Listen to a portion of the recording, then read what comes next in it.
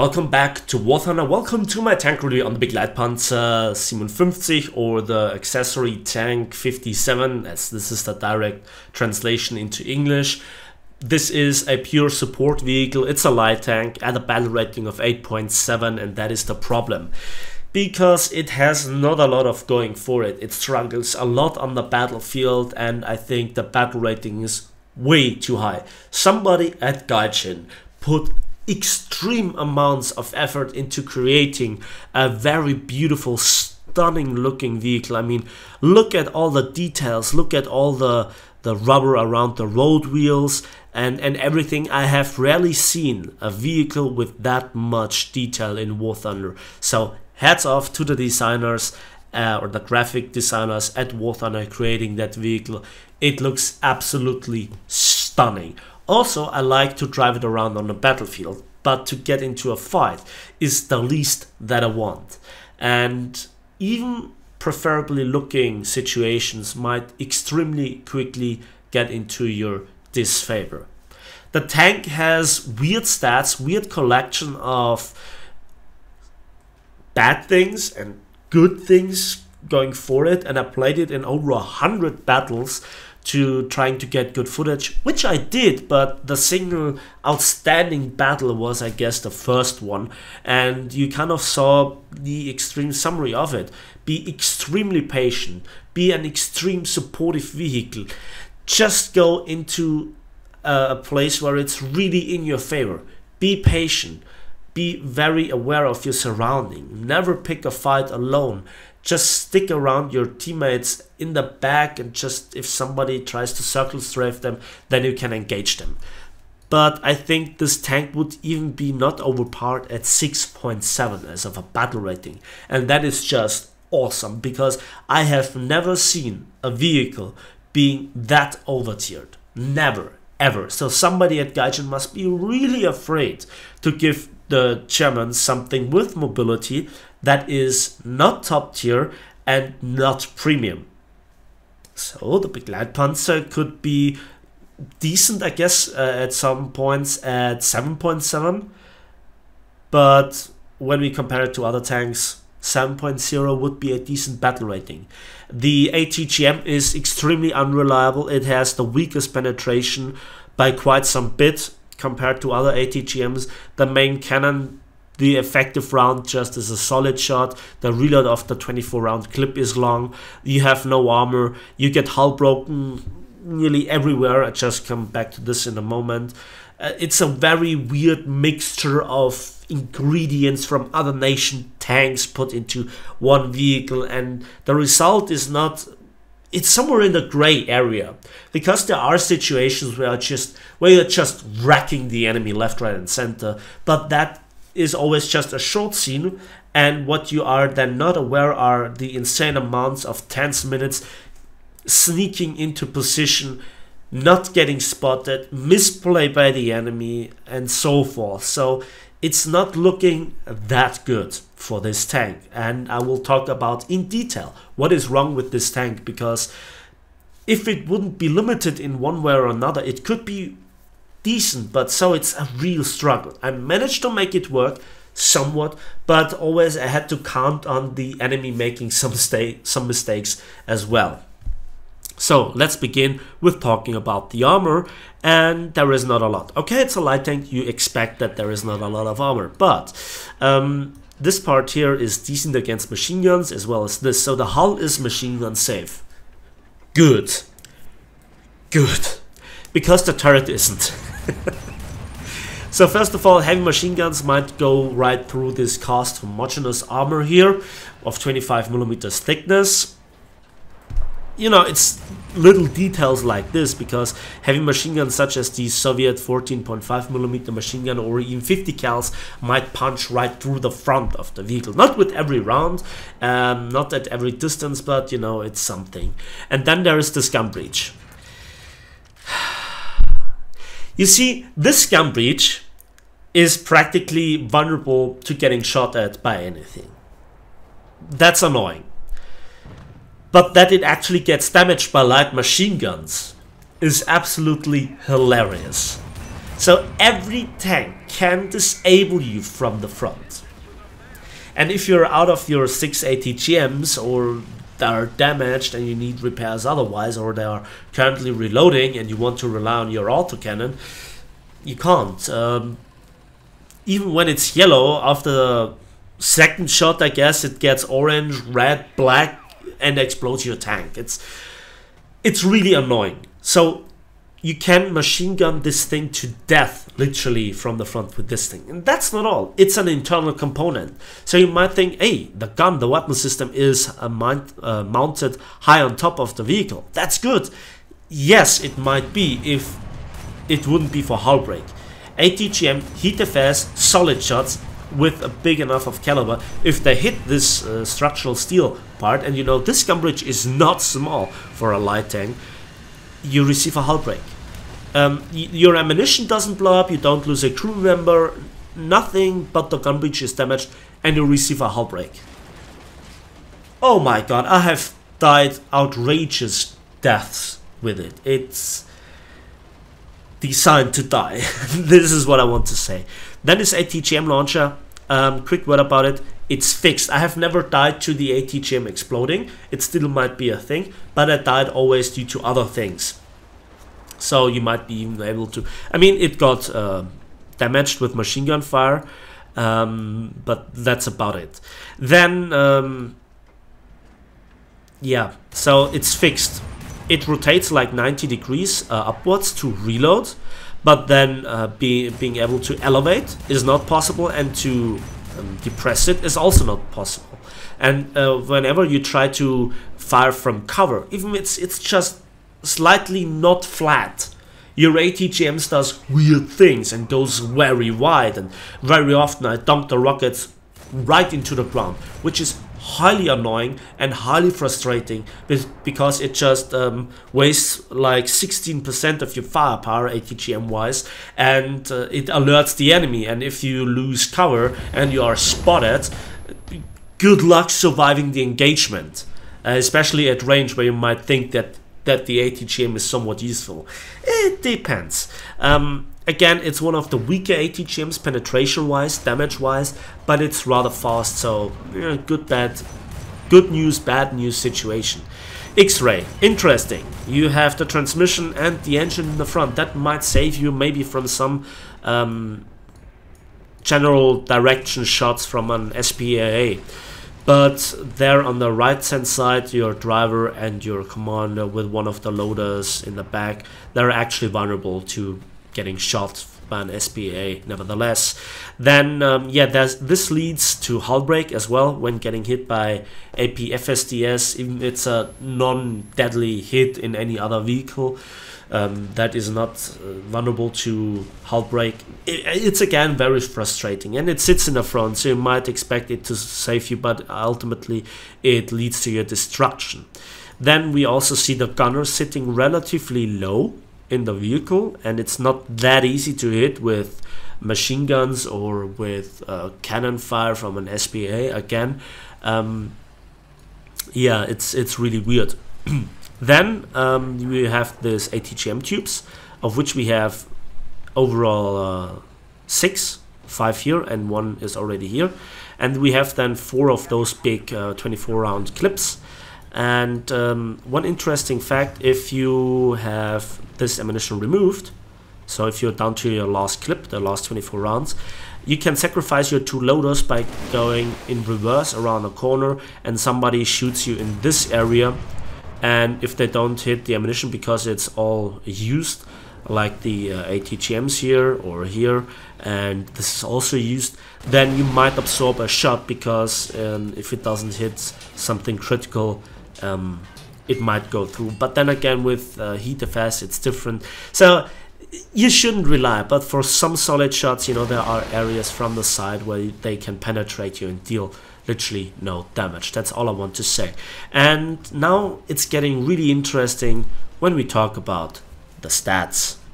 So let's talk about the mobility, and we can see that the horsepower to ton ratio is fully upgraded, just 21.1. And this is very interesting if we then compare it to other tanks at this battle rating, for example the KPZ-70, which supposedly should be the main battle tank, but has, you know, around about 37.8% more horsepower to ton ratio than you have. Okay, so you're slower than the vehicle that you should cover its side. Then also the T-64A just has not a lot less horsepower to ton ratio than you, but just around about 12.5%, which is not a lot. It doesn't leave you an awful lot of amount of room to get into a side position or into a position without being spotted or seen. You are not fast enough. And then there is also your top speed of 70 kilometers an hour. This is, aside from the Object 906, the fastest in this comparison. But again, it's a lie, because if you're, especially when you're stock, you struggle to get to up to speeds, because there are just limitations. It's more than just a lack of horsepower to ton ratio. It's also that your driver is completely incapable of shifting gears, especially in situations where you think you will accelerate hard. For example, if you're going down a slope, for example on Kursk, when you want to go to sea, sometimes or always your driver is like, he's constantly shifting between 6th and 7th gear, and when he is in 7th gear, he shifts back to the 6th gear. The gears are not shifted properly. Now, you might come around it with manual shifting, but I think it should be not necessary to do this, and it's really, really punishing. And then is your great reverse speed, and that is simply fantastic. But again, you are then on par effectively on the battlefield with the Object 906 and the KPZ-70.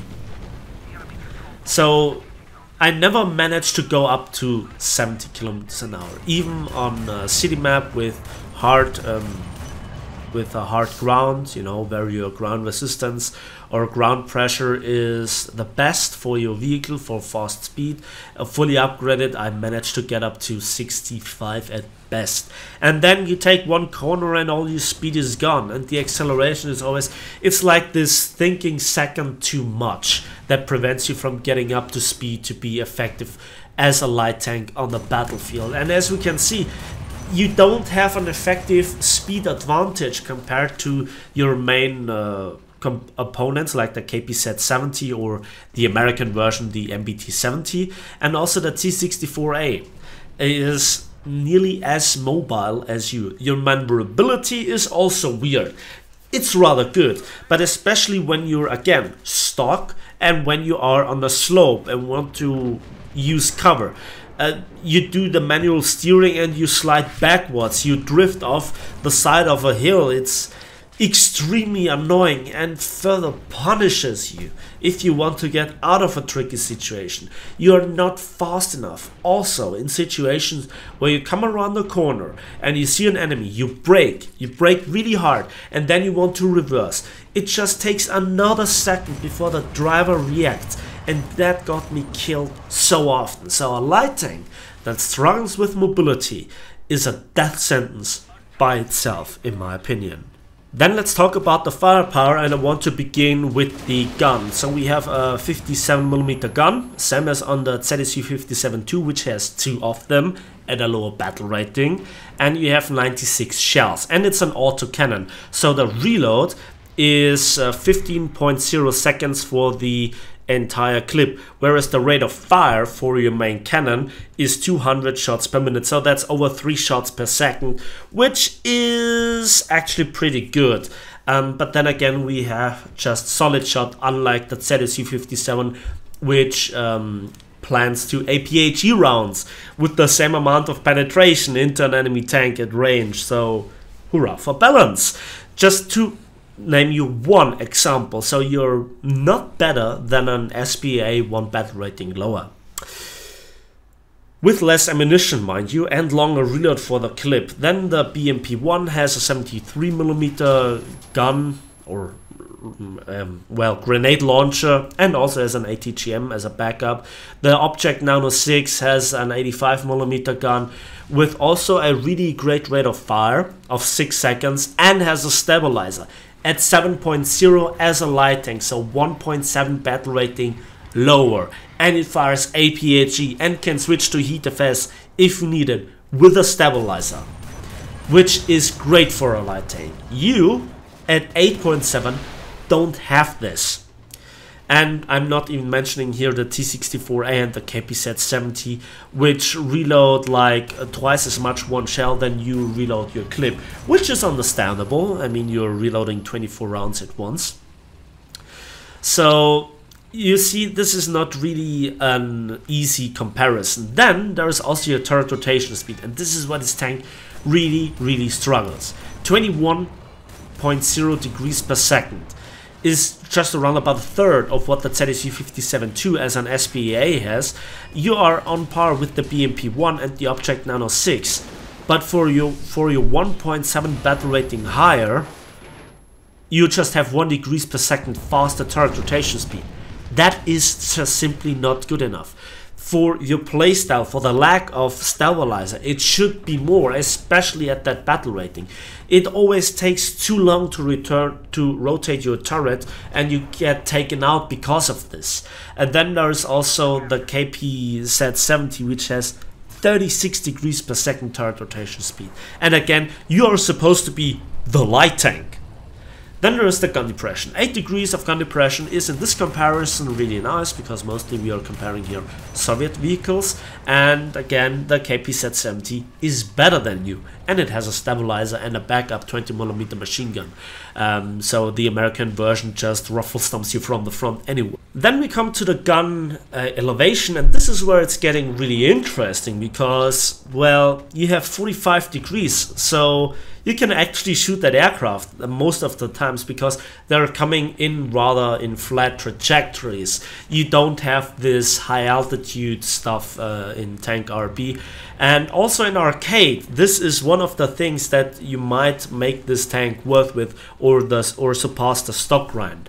To shoot that aircraft. Funnily enough, it's also simply the solid shot that will mostly deal with aircraft.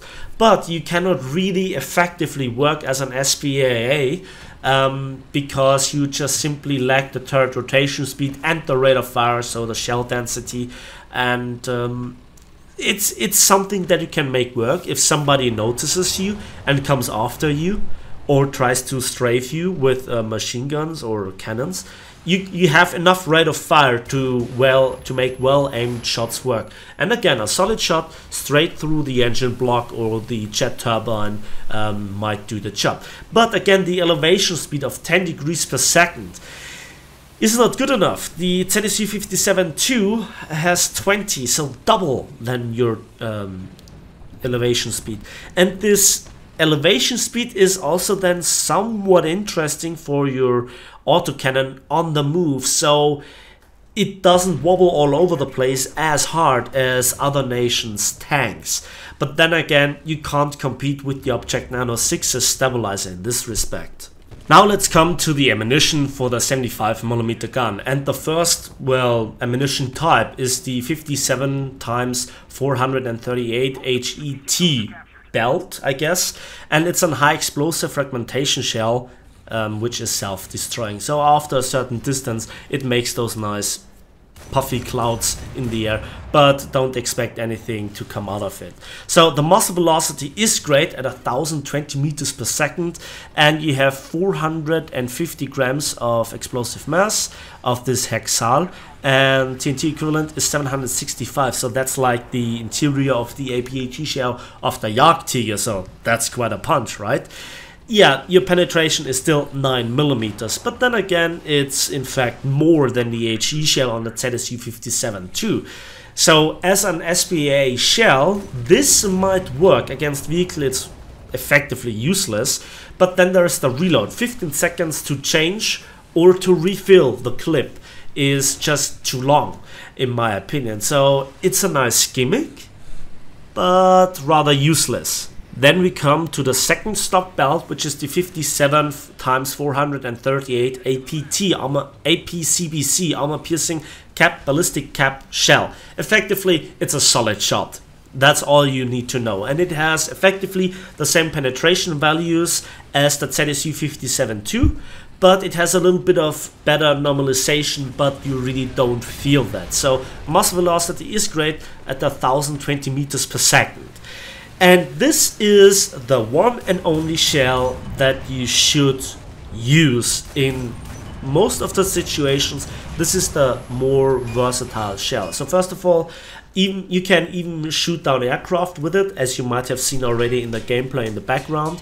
You also can shoot the side of tanks and certain tanks also from the front. So disabling shots like the gun barrel, the gun breech sometimes, trying to shot trap certain tanks once they are disabled and they don't fire with your machine gun at your gun breech, or you track them, go around them and blow up their ammunition or try to kill their crew. It's just the only ammunition belt that you should use. 142 millimeters is the best of penetration that you get from your cannon. And you know, at distance with the recoil from continuous fire, you don't hit anything. Every hit is then pure luck. Even with the best of aim, the cannon is just not accurate enough despite the 70 of caliber length. The third and final belt is the only belt that you can research, and it's the 57 times 438 SAPT belt, and that's an APHEPC armor piercing high explosive with ballistic cap shell. It's an APHE shell on an autoloader. Wow, outstanding. Of course I have to research it. It's the ultimate shell, is it? No, because you drop half your penetration. You just have 70 millimeters of penetration, and then we come to the actual stats. While 127.5 grams of TNT equivalent is really strong, that's stronger than, for example, the high explosive filling on the German Long 88. You know, there is something weird because the fuse delay does not really seem to work, but then again your fuse sensitivity is strong. So this would be an absolute shredder for enemy SPAA, for Hellcats or for tanks from the side. The problem here is you cannot penetrate Soviet vehicles from the side because they all have at least 80 millimeters of armor, and it's just not worth trading this potential one-shot for the continuous penetration from the side of an enemy tank. And even against something like a Chieftain or an M60, this would struggle because it's right at the edge, just at point-blank range. It's just not worth it. Also against aircraft, I don't think that it performs better than a solid shot. So it's useless, right? Well, not quite. I did a bit of testing, a bit of test shooting, a bit of theorizing. I mean, you still can disable an enemy tank, so the gun barrel, the gun breech, for instance, try to shot trap. You also can still track the enemy with 2 or 3 shots. And then there is the idea of cupola shots.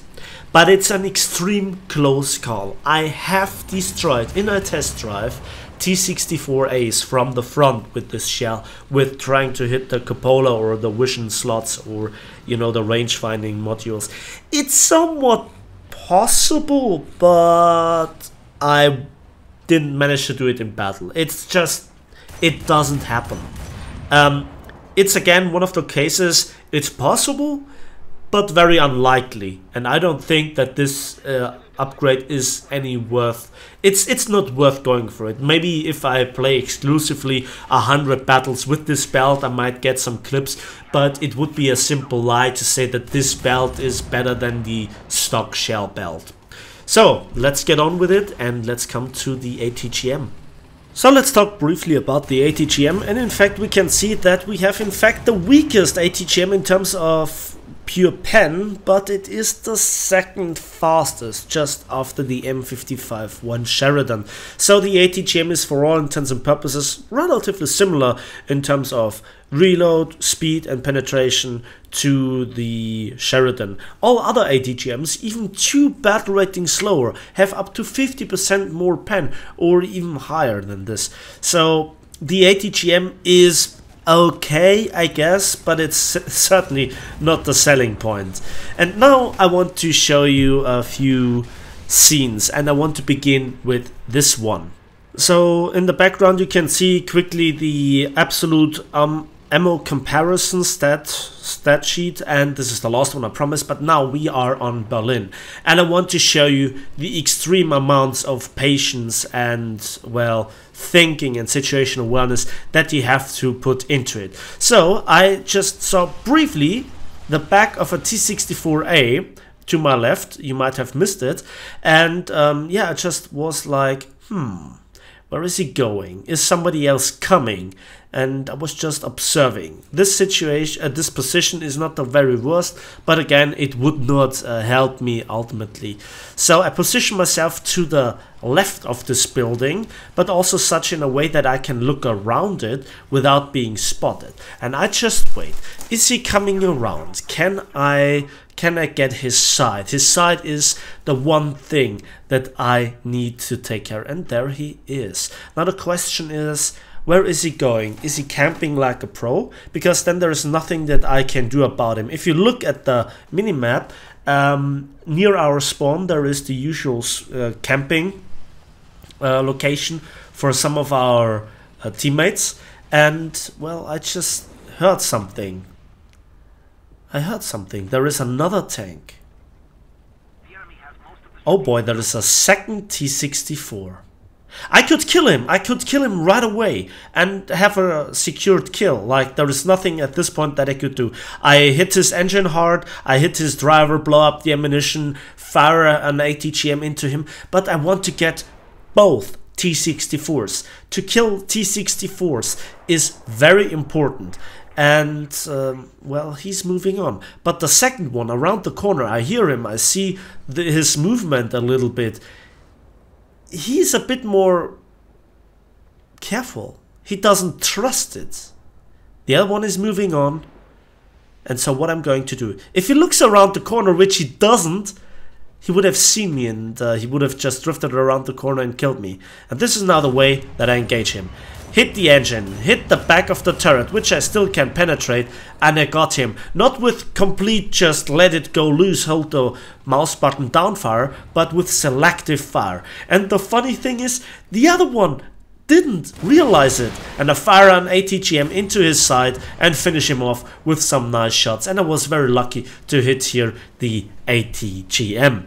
So here we are on Poland, and I spawned to the south of the lake, and I just wanted to get some side shots into the enemy. We are playing together with the Russians, and this is how this tank actually can perform in the best way. If you don't have to shoot the T-64As, if they can give you some breathing space, and the battle actually can take some while, and the enemy will respawn in vehicles that then you can take on to a certain degree, that then is good. That then is where the tank might get some value more out of its existence, if I might say so. But literally it is like that. You have to be patient. And I see that now we got captured by a potato truck, so hurrah! And I go wide. I have the feeling that something is around there, and in fact our milk truck got harvested by a T95E1. So he is obviously interested in getting the cap. I cannot do too much from the front, maybe with the ATGM, but the ATGM, if you're not on level ground and you're not stationary, is very, very unreliable. And so here at the moment I had some internet connection issues, and I see the enemy tank to my left. So I aim, and you can see while breaking down I get accurate shots into him, but I still have connection issues. Now I get it back with the hit, and I continue. I fire the ATGM, and it doesn't hit. that was maybe due to the ping. That was due to the ping. But nevertheless, even with perfect ping, even with no packet loss at all, this ATGM is weird due to the fixed mounting. I have to repeat it. Yes, I'm not the world's most experienced ATGM driver, but it doesn't matter. All other ATGMs don't behave like this. And suddenly, the placement of the British ATGMs actually makes sense, because they fire upwards and then go down. You can make it work in this case, but if it goes not up but down, like on this tank, when you are not placed completely evenly, it's an issue. So the KPZ or the MBT-70 rather missed me, and I captured the point, and I'm just, you know, capable of firing over the ridgeline, and I actually take out the chieftain over distance. So again, against non-Soviet tanks, it works rather well. Plane comes in, and I cannot let this happen. So already he damaged somewhat my gun breech, but he was not taking it out. So I'm looking around. Where is he? Where is he? Where is he? Oh, there it is. There is one of the jets. Was he that? No. I have no idea. And again, the KPZ is actually firing just over the ridgeline with his 20mm cannon.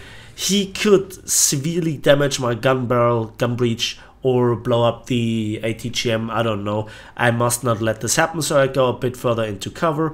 I see the enemy coming, I prepare, I fire a few shots, correcting the aim, and there we go. So if somebody is directly going towards you, directly going for you, you have a decent chance of shooting him down before he gets the nasty blow into you. There is another plane, and yeah, we all know that I was playing with the double strike, but my lead was really bad, and I actually run out through my second clip, and while I'm neutral steering, the reload is not interrupted. This is important because the reload takes ages and you can support your relatively bad turret rotation speed. I aim, and there we go, second kill. That was a bit lucky, and I moved and interrupted the reload again. This is just a natural behavior because I'm still kind of, well, the MBT-70 is still trying to get the kill on me with rockets, with the machine cannon and so forth. I'm observing the enemy spawn. My team currently has trouble with A and B, but I'm in C. I have to hold C and I have to get back ammunition. Just 9 rounds left in one clip. This is not good, but remember, this is one of the most outstanding battles that I wanted to feature, because I got so far 2 plane kills and 2 tanks. So now I saw something is moving up. It's an enemy SPA, but he doesn't dare to come over really, and with the first shot I hit and kill his gunner, disable the cannon breach, but the ATGM just refuses to hit him. It would have initiated the hull break on this vehicle, and maybe in this situation the semi-armor piercing shell would have killed him. Maybe.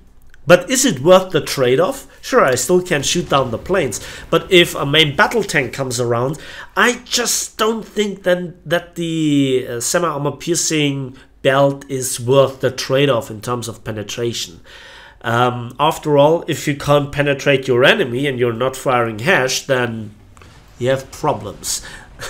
So I wanted to go after him, and actually I kill him. So that's my 3rd kill, my 5th kill overall. I go into cover really fast again, and yeah, I think I was hesitating because I was reloading the belt or refreshing it, and then I see a lot of tanks moving in here. The MBT-70 is gone now. I fire with the ATGM and I disable him. That's good enough for the moment. I will kill him later, maybe, or he gets killed by my buddy here. I fired a second ATGM just after it's reloaded. Can I hit the enemy? Yes! It hits the fuel tank and he burns. So maybe he burns down. I got a kill assist on the M60 AOS, so I actually helped here my teammate, and I have no idea what I shot there. I thought this was the enemy's butt sticking out behind the building. And there is another SPA firing wild. And now we can see the lack of extra gun depression, because the first shot actually hits his drag, and that secures me later on a kill assist. I have to get out of cover and he's just firing wild. And did you see that? Did you see that ATGM just firing somewhere and just driving itself into the ground? And there was no connection issue at this point in time.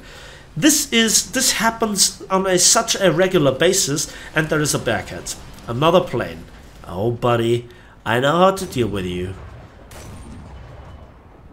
I'm saving my shots. 12 shots might just be good enough to hit this guy, but he can actually use the trees. And no, I didn't waste your ammunition by firing on him. So again, I have this tip. I was very lucky that I played with the Russians and that nobody really charged me. I have now support by a tank, and I can somewhat play the SPA around him. I can also work with him when it comes to dealing with enemy tanks. If he gets disabled, somebody has a reload, I then can somewhat go into the open and support him. So again, in this case, in this very limited amount, the Begleitpanzer is a very nice support vehicle indeed. But this is one out of 120 battles at this point in time, and it was very lucky. Again, playing with the Russians, the enemy not really knowing what they're doing. I tried it with the ATGM, but I couldn't really connect him. I couldn't resist to fire 4 shots, so that means I'm down to 8 rounds. Now, there is one benefit to this. He now knows that I'm here, and I've reloaded another belt.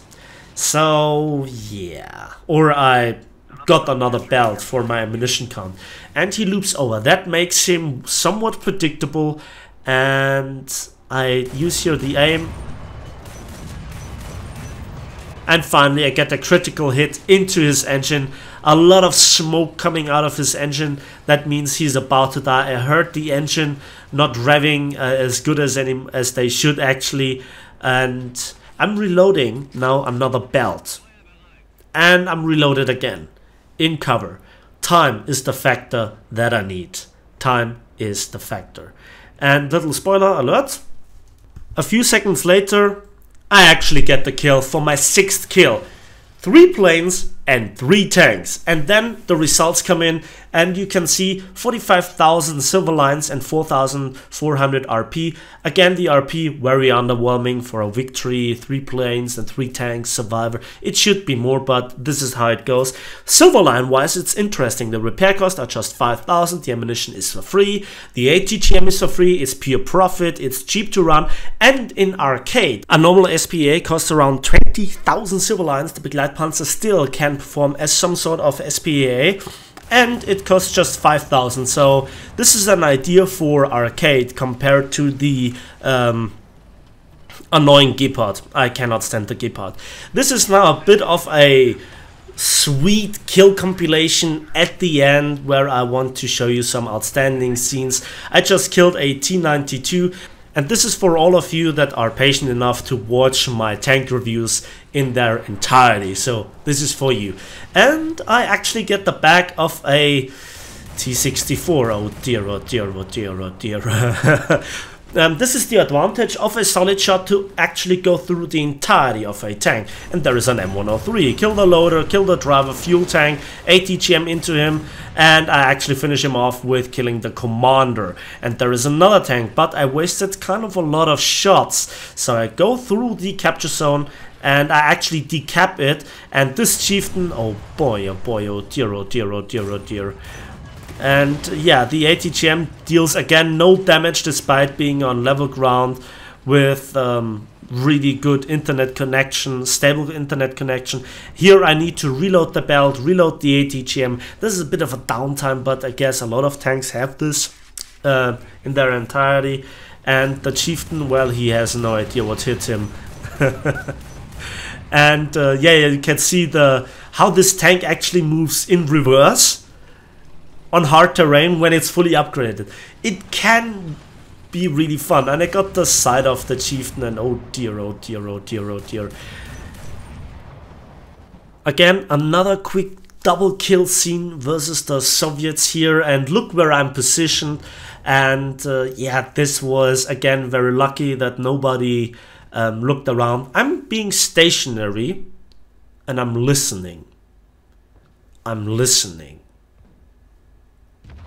I actually got shot before from a ridgeline, but this was not enough to alert this T-64, and all that it needs are 2 shots straight through the engine because I killed the entirety of the crew. So with straight shooting, you kill a lot of the enemy tanks, and an IT-1 double strike just like that. Another position that I highly recommend is on the Normandy map, when you really try to get into this crossroad section fast, and this is where your autoloader then is really great. I killed an object 120 by killing him with rapid fire, quick succession, then the last shot into the ammo rack, and yeah, I'm positioning myself again to have the perfect opportunity to kill the enemy if he comes around this corner. I have the side shot. This is a position made for this tank, but I have to be careful that I get cover from tanks from C. There is a T-62 again, and I use an ATGM, and it actually works this time really well, going through the angled side, killing the remaining 3 crew members in the turret. And yeah, those are 2 important kills, 2 nasty opponents. Early game without them having the chance to do anything, and I still have 16 rounds left in the magazine and an ATGM ready. In this position, all that comes sideways across the crossroads will receive a paddling, and I still don't have any reason to move up. Securing the position, giving my team time to move up, to build a front line, and oh dear, oh dear, oh dear, oh dear. 3rd kill, just like that on a chieftain. This is the situation where you love the tank. But when we talk about a kill compilation, there was one thing missing so far, and yeah, I get some hits into this Russian bomber, and of course it doesn't get killed because it's a Soviet bomber, hello. But to be fair, not every solid shot always takes one plane down in one shot. However, he turns around, and at this distance, there is one weapon system that then somewhat works reliably if the enemy goes straight in the line towards you. The ATGM. You know what's coming, you know what's coming, and we all love it. This was amazing. Unguided, I love this reward in a tank. I actually just did a handful in my entire War Thunder career. I never tried to fancy around with it, but it's so sweet and so rewarding when it happens. Now there is another tank pushing into A. I saw him coming. I actually cleared the area. I'm not taking the fight. This T-64, I see him coming on the left side, and I want to get the ambush on him. I still have just 7 rounds left. The ATGM is reloaded. When he comes around this corner, I saw him just quickly on the right side. Here he comes. I fire the ATGM, goes into the engine, and he is set on fire. He dunked his shot, and at this point he actually got my gunner as well. And there you can see my gun bridge is also damaged with the light machine gun fire, but the fire cooks him up. He was just somebody that didn't believe in buying the fire extinguishing equipment, so that was a lucky kill. But there is always another Soviet tank, and there you can see the lack of turret rotation speed. So, the Begleitpanzer. It is a fun little tank, but it's completely overtiered. My stats, just for those who really fancy it: 114 battles, win rate of under 39%, 102 deaths, 7 plane kills, 112 kills. The stats are not really that nice, but when the tank works, it's deeply satisfying. And if this tank is worth for you to suffer through all this for those excitement moments, or if you want to focus on them, sure, go for it. But don't think that I've warned you. The tank needs a battle rating drop. That's all I want for this tank. And maybe an ATGM rework that the ATGM launcher is kind of coaxial, this would remove a lot of problems as well. So that's it for me today. Thanks for watching, thanks for listening. Please give this video a like if it did, because it took me a long time to play for this tank, to get the footage, to collect the stats, to edit this tank review. So a like would be heavily appreciated, and subscribe if you want to see more. And as usual, we will see each other in the skies and on the battlefields of War Thunder.